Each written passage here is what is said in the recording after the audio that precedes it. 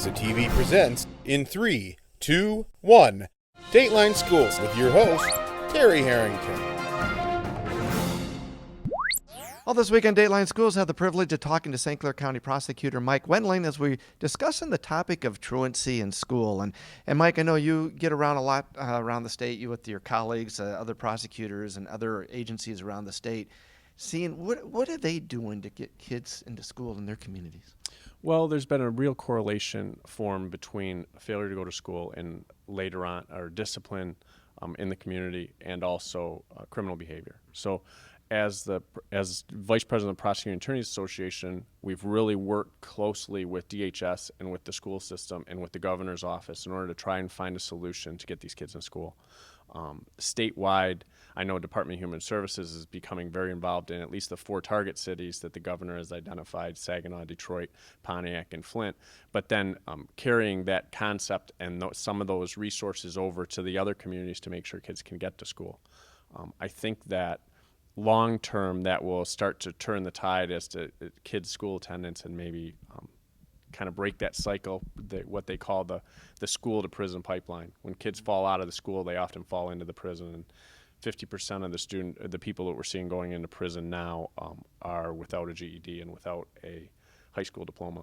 Almost all of, or many of the probation recommendations that come out of our probation department also are requiring those achievements in order to successfully complete probation. And I think people across the state are really working hard to try and make sure that when we do get a person involved in the system, we have that opportunity to turn them around and at least give them the tools so that they can be successful.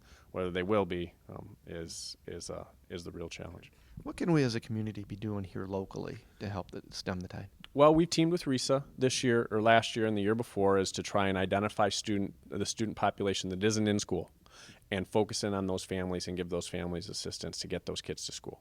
And if they're not willing to cooperate, then we have some tools in our toolbox to help force cooperation. We've also done statewide. I think we're also doing a lot of things to try and make resources available to kids to make them better students.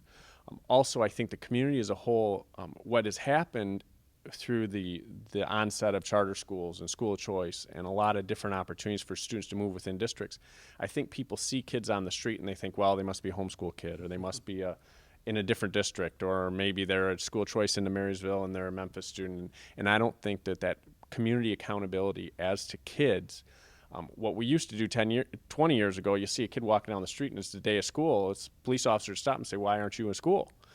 I'm not sure that as a community we're doing that anymore, because either we don't want to ask or we assume that they have some excuse. And we need to stop assuming, because kids that aren't in school are kids that are unsupervised, are kids that are in trouble, are kids that are going to be our next prison inmate, in my opinion. So we're going to really focus in our community to stop that. For Dateline Schools, I'm Terry Harrington. Dateline Schools is a production of St. Clair County RESA.